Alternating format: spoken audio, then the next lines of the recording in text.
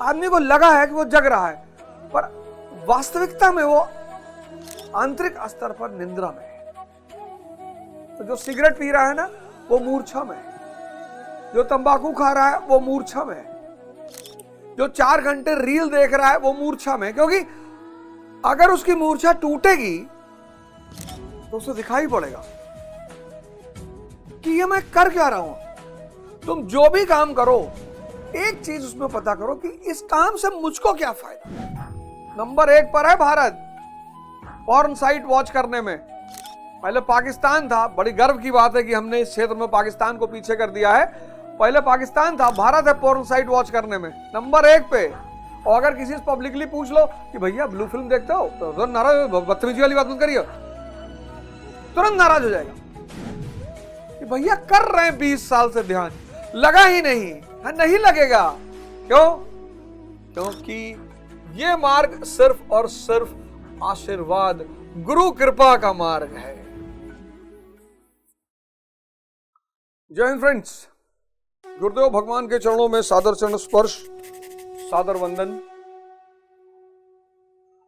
और आप सभी लोगों को बहुत सारा आशीर्वाद और शुभकामनाएं।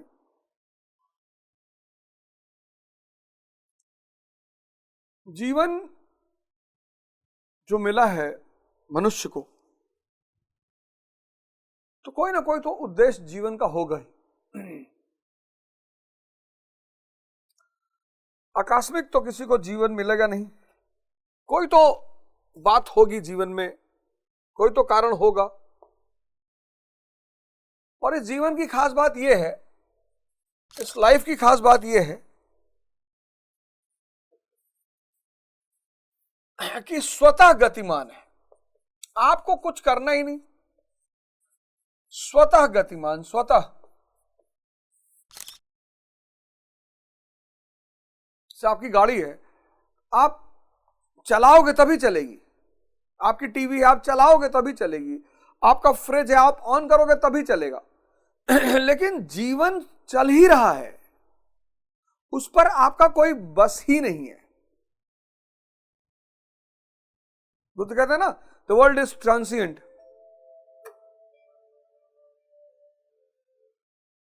संसार गतिमान है, यूनिवर्स, ब्रह्मांड गतिमान है। सब कुछ आप चाहोगे भी ना तो रोक नहीं पाओगे। तो जब सब कुछ बदल रही है, सब कुछ बदल रहा है, सब कुछ, तो आप क्यों नहीं बदल रहे? मन से जीवन शुरू हुआ, षड्यतन, मन और इंद्रियां। यह षड्यतन जो मैंने आपको समझाया बुद्ध के द्वादश निदान चक्र में, षड्यतन, मन और उसके 5 दोस्त, 5 फ्रेंड्स। और मैंने आपको बताया कि ये अंधे हैं सब। मैंने आपसे कहा कि ये सारे के सारे अंधे हैं सब। और इन अंधों के साथ जो चलेगा वो परेशान रहेगा। उसको परेशान होना ही है, उसको परेशान होना ही है। रामकृष्ण परमहंस आर.के. आश्रम जो है, उसमें छोटी सी किताब आती है माइंड, 25 रुपए की। इंग्लिश में भी आती है, हिंदी में भी आती है। आप इसको सब लोग पढ़ें जरूर, इंग्लिश में भी है।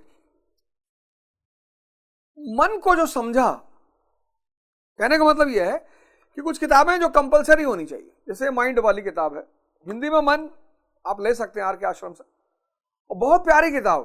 पहले मन फिर ध्यान खरीदिएगा, दोनों 25-25 रुपए की है, ऑनलाइन मंगा लीजिए। जो इसको नहीं समझेगा, इसको, क्योंकि अंधा है, अंधे के सहारे आप कितना चलोगे और कैसे चलोगे? यही धृतराष्ट्र है। इसकी जो पत्नी है गंधारी, वो भी अंधी है। अब 2 अंधों का जो पुत्र होगा वो दुर्योधन, मैं। यहां क्या है अपना? हम सब सफर में हैं।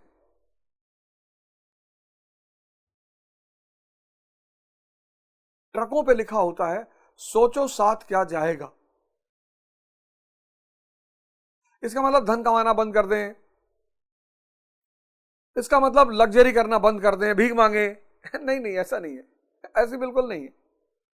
आप मेरी बात को समझिए, आप पूंजीपति बनिए, आप मंत्री बनिए, आप विधायक बनिए, डॉक्टर बनिए, इंजीनियर बनिए, लेकिन आप ये जो मूल उद्देश्य है चैतन्य की तरफ की यात्रा, ये भी जीवन में शुरू करिए।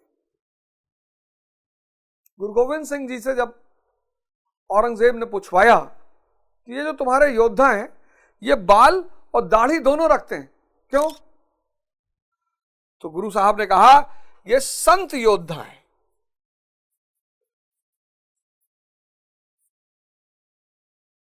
बोले ये अपने लिए नहीं लड़ रहे हैं, ये धर्म के लिए लड़ रहे हैं। बोले धर्म? सिखिज्म के लिए? अरे बोले सिखिज्म ही थोड़ी, धर्म सबका एक है। इसलिए सिखों के यहां जो कैलेंडर लिखा लगा रहता उसमें लिखा होता सबका मालिक एक है। सिखों की जो धार्मिक ग्रंथ है, आदि ग्रंथ, उसमें बाबा फरीद के दोहे हैं, उसमें कबीरदास जी के दोहे हैं। अगर कुछ छोड़ना है ना जीवन में तो बस एक चीज छोड़नी है, मूर्छा। अब इंग्लिश में इसके लिए एक शब्द है फेंटनेस, बेहोशी। पर बेहोशी अलग चीज है। बेहोशी का मतलब आदमी की टक्कर हुई, बेहोश हो गया। बेहोशी काल से संबंधित है। मूर्छा में क्या होता है कि आंखें खुली हैं, आदमी को लगा है कि वो जग रहा है, पर वास्तविकता में वो आंतरिक स्तर पर निंद्रा में है। तो जो सिगरेट पी रहा है ना वो मूर्छा में है, जो तंबाकू खा रहा है वो मूर्छा में है, जो 4 घंटे रील देख रहा है वो मूर्छा में है। क्योंकि अगर उसकी मूर्छा टूटेगी तो उसे दिखाई पड़ेगा कि ये मैं कर क्या रहा हूं। तुम जो भी काम करो एक चीज उसमें पता करो कि इस काम से मुझको क्या फायदा, मेरी शक्ति बढ़ रही है क्या। मूर्छा मतलब सोना नहीं, बेहोशी नहीं, बड़ा प्यारा शब्द है मूर्छा। इसी मूर्छा से बाहर निकलने का नाम है ध्यान। अब सिगरेट पी रहे हैं, चलो मस्ती में पी रहे हैं तो कोई बात नहीं, लेकिन मस्ती में कोई जहर क्यों पिएगा? तंबाकू खा रहे हैं, चलो ठीक है। रील देख रहे हैं 8 घंटा, अरे ठीक है यार, आधा घंटा देख लिया, 8 घंटा, 8 आवर्स। चाय पीने गए बाहर, वहां स्टॉल पर बैठे हुए हैं 4 घंटा, फिर बेचैनी, क्योंकि काम नहीं हो रहा है, फिर बेचैनी क्योंकि काम नहीं हो रहा, अपने को भुलाना चाह रहे हैं, लेकिन कहीं तो अकेले हो गए, सोने लेटोगे। जब सोने लेटोगे तो अपने पास आओगे, अपने पास आओगे बेचैनी होगा, ज्यादा बेचैनी बढ़ जाएगी, डिप्रेशन हो जाएगा।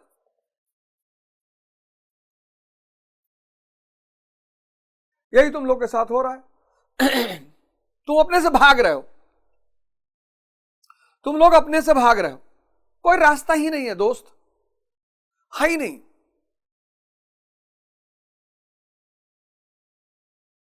दोस्त कोई रास्ता ही नहीं है। मॉडर्न इंडिया मैंने रात में पढ़ाना शुरू किया 8 बजे से। मॉडर्न इंडिया की पूरी फ्री क्लास, सब पढ़ो। मॉडर्न इंडिया की पूरी फ्री क्लास यूट्यूब पे चल रही है, 4-5 एपिसोड हो गए। रात में 8 से 9:30 10 बजे तक उसको पढ़ो, उसी अवस्था में सोने चले जाओ, 4 बजे उठो। अब तुम चाहते हो कि मैं कुछ पा लूं, पाने के लिए तपस्या करना पड़ेगा, कोई रास्ता है ही नहीं। तुम चाहते हो मैं कुछ पा लूं तो ये मूर्छा तोड़ना पड़ेगा, मूर्छा तोड़ने के लिए ध्यान करना पड़ेगा, ध्यान आराम से होगा नहीं तो तपस्या करना पड़ेगा, टेम्परेचर देना पड़ेगा ना। और तपस्या के मतलब कष्ट, इस कष्ट के बिना परिवर्तन नहीं हो सकता, संभव ही नहीं है। इसीलिए अमिताभ बच्चन साहब एक एड में कहते हैं कि कष्ट में भी कुछ बात है, दर्द में भी कुछ बात है। यही बात है, दर्द आपको परिवर्तित कर रहा है। इसलिए मेरे प्यारे भाइयों बहनों, आप दर्द से भागो मत। क्या तोड़नी है? मूर्छा। मूर्छा तोड़ना है। मूर्छा कैसे टूटेगी? ध्यान से। ध्यान के साथ क्या करना है? तपस्या। तपस्या से क्या होगा? कष्ट होगा। कष्ट से क्या होगा? परिवर्तन होगा। कितने दिन? 6 महीने से 1 साल। अरे तो दे दो यार।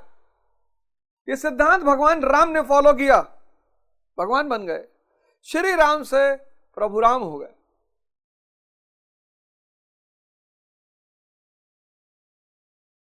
आप श्री से ऑनरेबल हो जाओगे। कोई मित्र, कोई रास्ता है नहीं, कोई रास्ता है नहीं। कहीं आश्रम चले जाओ, नहीं घर खुद से कर पा रहा हो, 20-22 दिन के लिए कहीं आश्रम चले आओ, कहीं ऑनलाइन कोर्स कर लो, सुबह में खैर योगा ध्यान करा ही रहा हूं, पर जागो यार, इस मूर्छा को तोड़ो, नहीं तो ये बहुत खुराफात मचाएगी और बहुत परेशान करेगी। इसी संदर्भ में 28वें श्लोक पर आते हैं, 29वें श्लोक पर। तो भगवान ने पिछले श्लोकों में कहा कि अगर आत्मा के सिर्फ गुण को ही समझ लिया जाए, फीचर को, तो भी दुख करने वाली कोई बात नहीं है। अगर आत्मा के सिर्फ गुण को समझ लिया जाए, फीचर एट्रीब्यूट को, तो भी दुख करने वाली कोई बात नहीं। क्यों? क्योंकि वो जन्म लेती है और मरती है।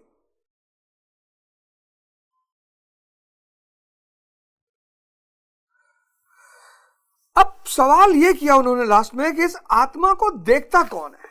ये जो प्रश्न है, ये बड़ा जबरदस्त प्रश्न, बड़ा रहस्य कि इस आत्मा को देखता कौन है।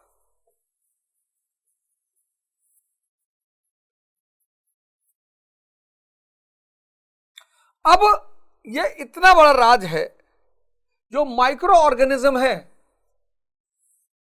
सूक्ष्म जीव, उनको कैसे देखोगे? माइक्रोस्कोप से। जो आसमान में दूर गैलेक्सी है, उसके तारे हैं, उसके ग्रह हैं, उसको कैसे देखोगे? टेलीस्कोप से।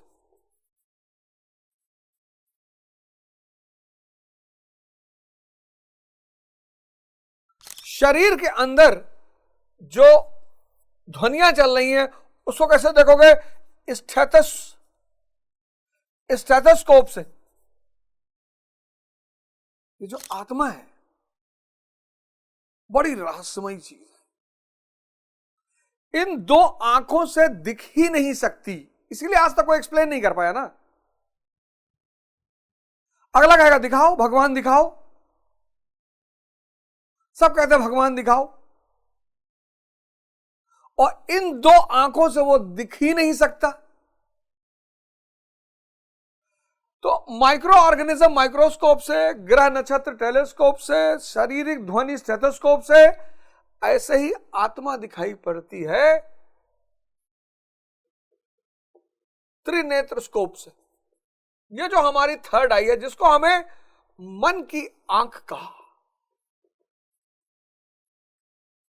ये कोई रास्ता ही नहीं है। अखियां प्रभु दर्शन को प्यासी, रहे प्यासी। ये जितना भी दृश्य जगत दिखाई पड़ रहा है, जितना भी, ये सब बदल रहा है, इसीलिए इसको माया कहा गया। 4 अरब साल पहले धरती बनी थी, और अगले अरब सालों बाद खत्म हो जाएगी, बदल जाएगी, ये सूर्य खत्म हो जाएगा। ये दोनों गैलेक्सियां टकरा जाएंगी, प्रतिदिन नए तारे आसमान में बनते हैं यूनिवर्स में और खत्म होते हैं। ये दृश्य जगत जितना दिखाई पड़ रहा है, ये सब परिवर्तनशील है, और इस दृश्य जगत में जो अंदर छुपा हुआ है, वो आत्मा है, जो सिर्फ इस आंख से दिखाई पड़ती है। तो अब सवाल ये उठा कि जब आत्मा सिर्फ इससे दिखाई पड़ेगी, इन दोनों आंखों से, परमात्मा का रूप दिखाई पड़ेगा। इसलिए भारतीय दर्शन ने क्या किया? 2 कॉन्सेप्ट दिए। एक आकार, वही है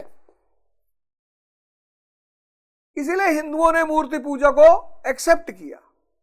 मूर्ति में भी वही है, इंसान में भी वही है, सब में वही है, उसके सिवा कुछ है नहीं। और एक कॉन्सेप्ट दिया निराकार। लेकिन जिसने निराकार का स्वरूप नहीं देखा है वो आकार को कभी भगवान मान नहीं पाएगा।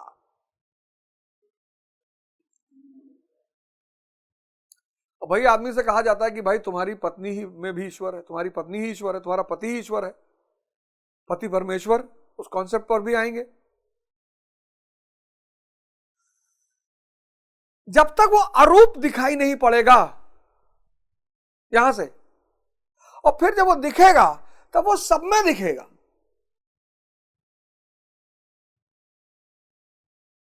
क्या पशु, क्या पौधे, क्या इंसान। तो 28वें श्लोक में कहा गया कि दिखता कैसे है। आश्चर्य वत पश्यति कशदेन माश्चर्यवत ददति तथैव चान्यः आश्चर्यवच्चे मन्यः शृणोति श्रुत्युप्ययनम वेद च न चैव कश्यति।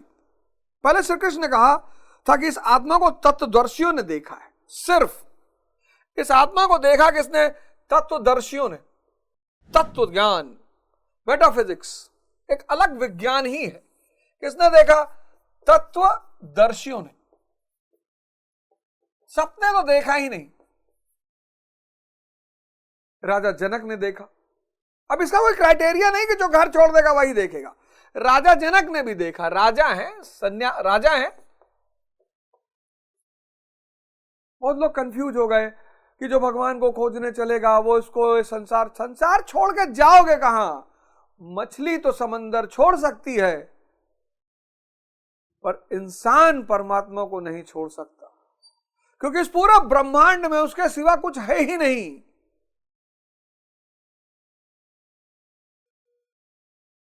मछली तो पानी छोड़ सकती है। यही तो अध्यात्म की सबसे बड़ी समस्या है कि आप इस व्यक्ति को ईश्वर से बाहर नहीं निकाल सकते, परमात्मा से बाहर नहीं निकाल सकते। कि एक बार परमात्मा से बाहर निकाल लिया वो तड़पे तो उसे पता चले कि परमात्मा क्या है। उससे बाहर निकालने का कोई रास्ता ही नहीं। तत्वदर्शी कोई भी हो सकता है। राजा जनक तत्वदर्शी है, भगवान राम तत्वदर्शी हैं, भगवान कृष्ण तत्वदर्शी हैं, गुरु नानक देव जी तत्वदर्शी। लेकिन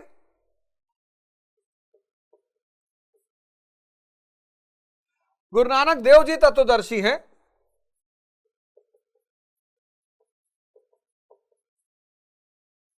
संत रविदास जी तत्वदर्शी हैं,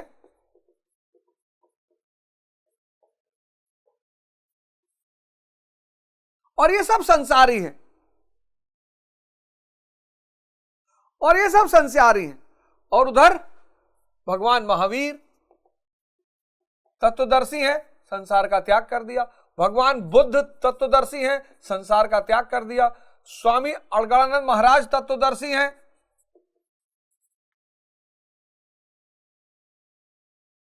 इन्होंने उस अरूप को देख लिया है, और जब उस अरूप को इन्होंने देखा तो देखा कि अरे तो ये खुद अरूप हो गए। इन्होंने तो देख लिया कि सारा ब्रह्मांड मुझ में है, मैं इतने विराट ब्रह्मांड का हिस्सा हूं। जिन लोगों ने देख लिया कि मैं इस विराट ब्रह्मांड का हिस्सा हूं,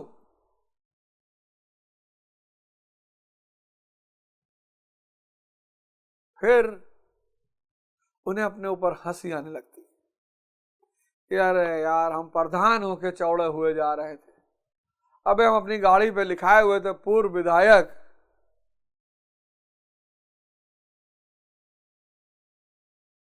ये सारा ब्रह्मांड के तुम हिस्सा हो, और फॉर्च्यूनर पे लिखाए चल रहे हो महाकाल।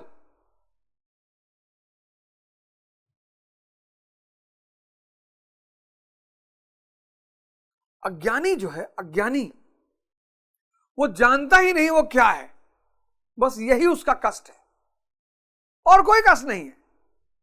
वो जानता ही नहीं उसका कष्ट है।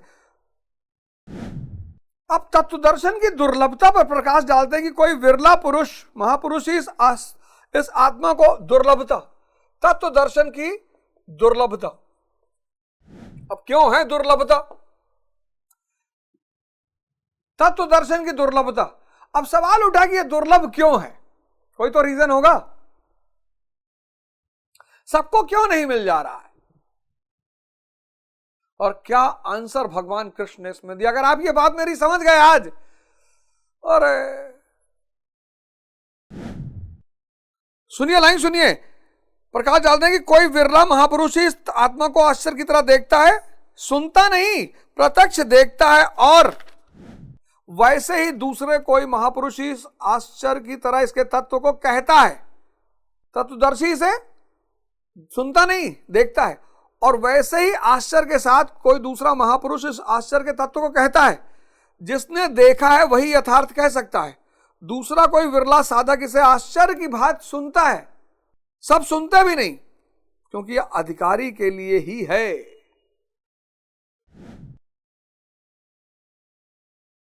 अब आचार्य रजनीश ने कहा संभोग से समाधि, इस देश ने संभोग पकड़ लिया, सेक्स का बात कर रहा है। अबे कर नहीं पा रहे हो तो कर रहा है, हजारों वीडियो रोटेट कर रही हैं, सेक्स का टाइमिंग बढ़ाएं, सेक्स का टाइमिंग बढ़ाएं, और मिलियन मिलियन में व्यूज है, बिना डिमांड के ही सप्लाई हो रहा है। इस देश का आदमी इतना अपने आप को आवरण में ढक ले, पता नहीं उसको क्या शौक है अच्छा बनने का। दुनिया का सबसे घटिया शौक भारतीयों के पास है, अच्छा बनने का, अच्छा होना चाहिए। इसीलिए इस देश में जब कोई आदमी अच्छाई के रास्ते पर चलता है उसको बहुत विरोध का सामना करना पड़ता है, दुनिया में भी, क्योंकि बाकी तो नाटक कर रहे हैं। अब रजनीश ने कहा संभोग से समाधि, इसको नहीं पकड़ा, इसको पकड़ लिया। संभोग का बात करता है, जनरेशन को खराब कर रहा है। अब बचाओ जनरेशन, सबके हाथ में मोबाइल है, अब बचा लो जनरेशन। वही 90 के दशक में अगर सेक्स एजुकेशन को स्कूल में क्लास 11, 12 में पढ़ाया जाता तो आज बच्चे बचे नहीं होते। तुमने उस आदमी की बात पे गौर ही नहीं किया, अब बचा लो।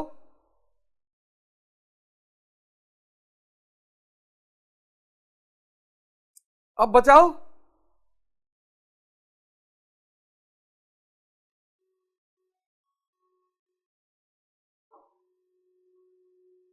गंदा बात करता है।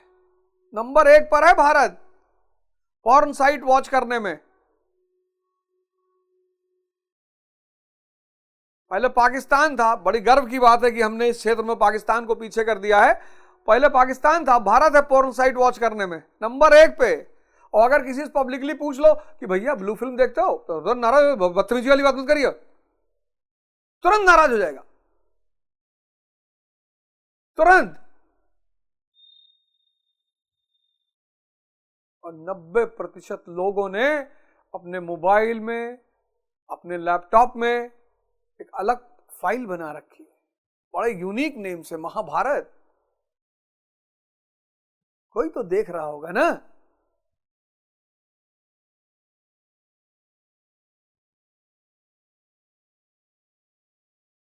कहते हैं ये आत्मा को देख पाना दुर्लभ है, क्योंकि कोई विरला महापुरुष इसे आश्चर्य की भांति देखता है, सुनता नहीं, और फिर कोई दूसरा महापुरुष इसे आश्चर्य की भांति कहता है, और फिर कोई आश्चर्य की भांति सुनता है। सब सुनते भी नहीं, क्योंकि जो अधिकारी है, यह बहुत बड़ा सवाल खड़ा हो गया कि अधिकारी कौन है जी? यह कौन डिसाइड करेगा कि कौन अधिकारी है?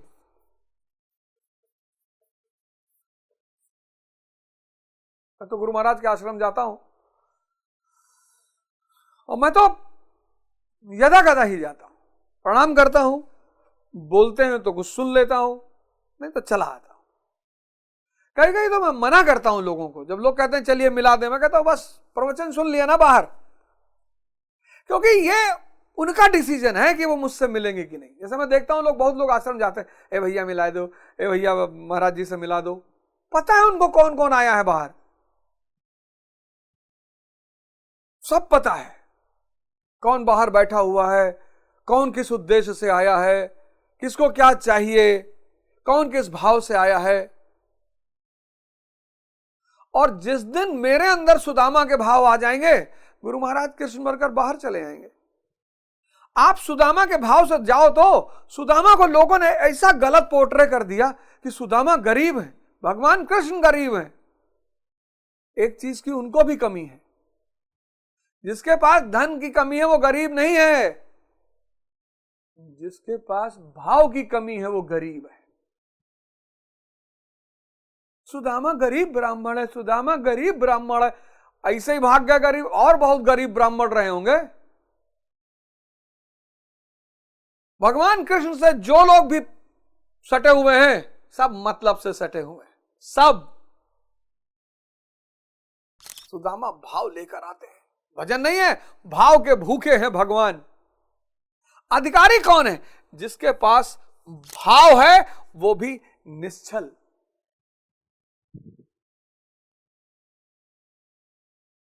सिर्फ दो ही लोग हैं कृष्ण के काल में जो कृष्ण के समान हैसियत रखते हैं, एक आदरणीय राधा रानी, राधा जी, और दूसरा सुदामा।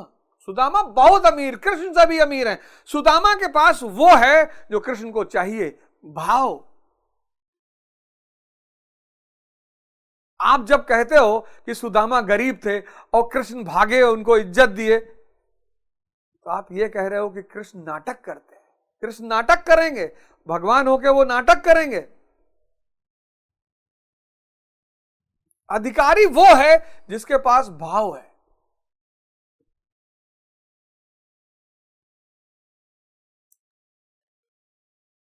कितने संत महात्मा महाराज जी के साथ 24 घंटा रहते हैं। ईर्ष्या है उनके अंदर, क्रोध है उनके अंदर, बुराई है दूसरे के लिए। संसारियों को है, समझ में आता है, सन्यासियों को, वो भी जो भगवान के साथ रह रहा हो। और ये सब जगह है। जब तक मन जिंदा होगा तब तक ईर्ष्या होगा, क्रोध होगा, मोह होगा, लोभ होगा।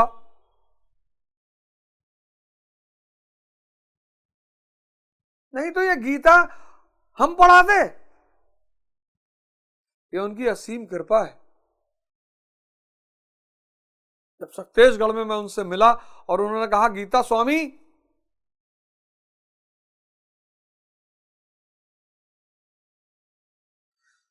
भाव। अधिकारी कौन है? जिसके पास भाव है। दुर्लभ क्यों है? ये दुर्लभ क्यों है? अब ये कॉन्सेप्ट समझ लेना, दुर्लभ क्यों है। कोई कोई तो सुनकर भी इस आत्मा को नहीं जान पाते। कितना प्रवचन चारों तरफ चल रहा है, कथा चल रही, लेकिन चलती रहना चाहिए, अच्छी बात है, उसका मैं विरोध नहीं करता। कम से कम ये जो हमारे कथावाचक हैं ये पॉजिटिविटी ही तो फैला रहे हैं।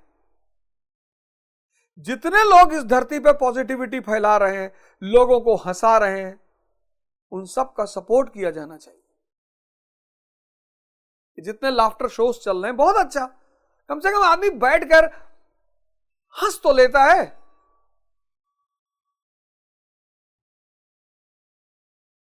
स्वामी अनिरुद्धाचार्य हैं, मैं एक बार उनकी क्लिप किसी ने मुझे भेजी, उन्होंने कहा कि हजारों लोगों ने मेरे आवाहन पर शराब छोड़ी। कितनी बड़ी बात है।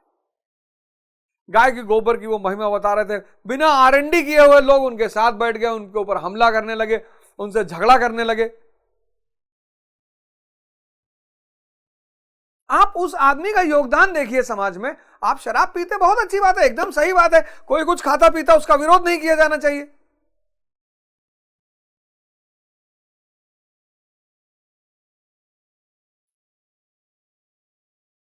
बिना आरएनडी किए आप बैठ गए।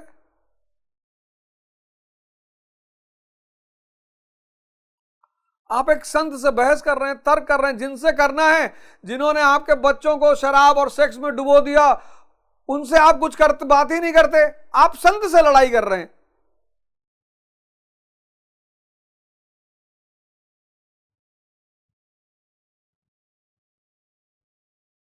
चाहे हिंदू संत हो, चाहे मुस्लिम संत हो, जो भी पॉजिटिविटी फैला रहा है उसका समर्थन किया जाना चाहिए। तो दुर्लभ क्यों है, इसी में लिखते हैं आप, शायद इस लाइन पे, आज इस लाइन को अंडरलाइन कर लीजिएगा, बड़ी 1 लाख करोड़ रुपए की लाइन है। कोई कोई तो सुनकर भी आत्मा को नहीं, इस आत्मा को नहीं जान पाते, क्योंकि साधन पार नहीं लगाता। अरे बाप, क्या बात महाराज जी ने बता दी, साधन पार नहीं लगाता। वाह, 1 लाख करोड़ रुपए की लाइन है। आईएएस की तैयारी करोगे, आईएएस बनोगे, पीएमटी की तैयारी करोगे, डॉक्टर बनोगे, इंजीनियरिंग की तैयारी करोगे, आईआईटी मिलेगा, एमबीए की तैयारी करोगे, आईएम मिलेगा। यहां चाहे जितनी तैयारी करो, साधन पार नहीं लगाते, और यहां जितनी ज्यादा तैयारी करोगे उतना दूर होते चले जाओगे। बड़ा अजीब सा नियम है। यही इस रास्ते की सबसे बड़ी चुनौती है कि भैया कर रहे हैं 20 साल से ध्यान, लगा ही नहीं है, नहीं लगेगा। क्यों? क्योंकि ये मार्ग सिर्फ और सिर्फ आशीर्वाद, ये मार्ग सिर्फ और सिर्फ आशीर्वाद, गुरु कृपा का मार्ग है।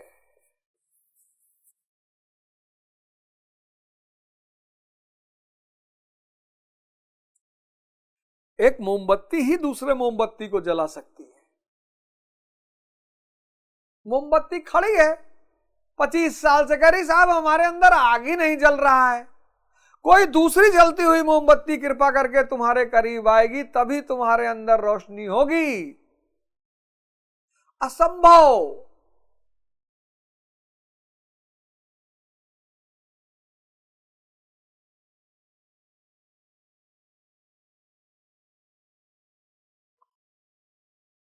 असंभव। कबीरदास जी ने कहा कि गुरु की कितनी भी तारीफ करूं, सारा समंदर स्याही बन जाए, सारे पेड़ कलम बन जाएं, और मैं गुरु की महिमा लिखूं, गुरु गुण लिखा न जाए।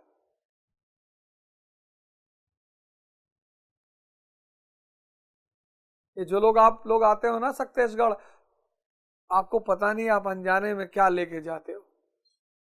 ये जो आप आते हो ना दुनिया मांगने, दुनिया आप कमाओ ना, आपको कौन रोका, आप पैसा कमाओ, गाड़ी बनाओ, एमपी के इलेक्शन लड़ो। वहां लोग जाते हैं, पूरे इलेक्शन के टाइम जब टिकट मांगने का समय था, मैं आश्रम नहीं गया।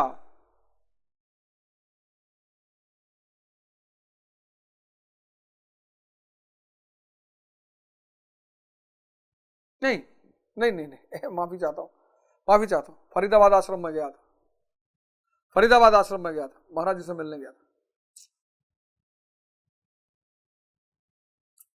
महाराज जी से मिलने में गया था, लेकिन मैं मना कर रहा था अपने मित्रों को, जो मुझे ले जा रहे थे, मैं उनको मना कर रहा था कि यार ये उनका काम नहीं है, टिकट दिलाना उनका काम नहीं है, शादी करवाना उनका काम नहीं, बच्चा पैदा कर, ये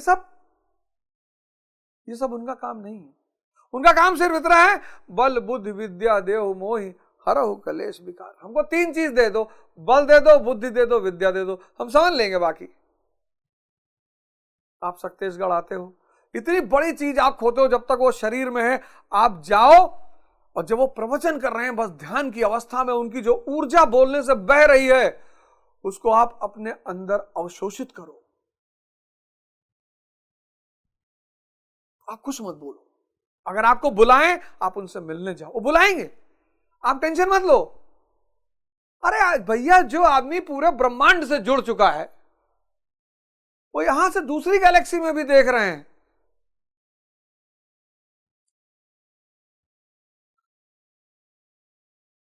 आप जाओ उनकी ऊर्जा का सानिध्य पाने के लिए, और वो रोशनी आपके रोशनी को जला देगी। बहुत सारे लोगों को तो पता ही नहीं कि गुरु से लेना क्या है। तो तत्वदर्शी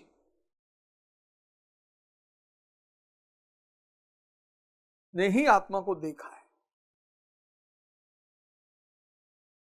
आश्चर्य से देखा है, आश्चर्य से इसके बारे में बोला भी है, और अधिकारियों ने आश्चर्य से सुना। अधिकारी कौन है? जिसके पास भाव है। आप विचार लेके जाओ, 100 करोड़ रुपया लेके जाओ, 1 लाख करोड़ रुपया मर्सिडीज खरीद कर दो, महाराज जी के पास 500-600 किलो सोना डाल दो, महाराज जी हमको ज्ञान दे दो, अब दे दें तो बताना।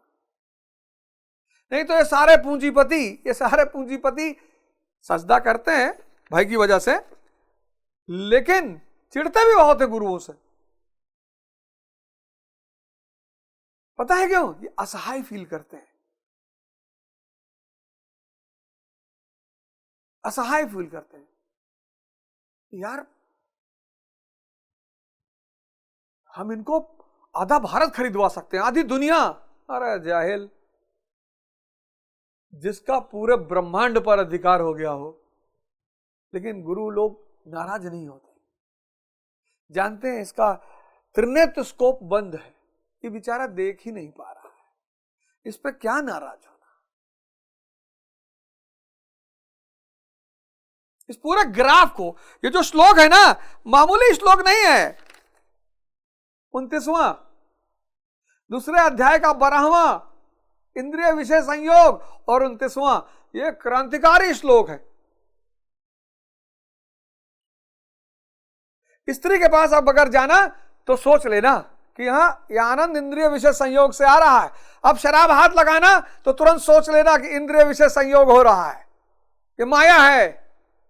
संयोग टूटेगा, आनंद सुख रुक जाएगा, और धीरे धीरे ध्यान लगने लगेगा, क्योंकि दिखाई पड़ने लगेगा ना। ये सुख पैदा होता है, सुख, आनंद नहीं, सुख। इंद्रिय विषय संयोग, 12वां श्लोक द्वितीय अध्याय का सबसे क्रांतिकारी 1 लाख करोड़ का श्लोक। अब जब स्त्री के पास जाओ या स्त्री पुरुष का, तो सोच लो इंद्रिय विषय संयोग हो रहा है।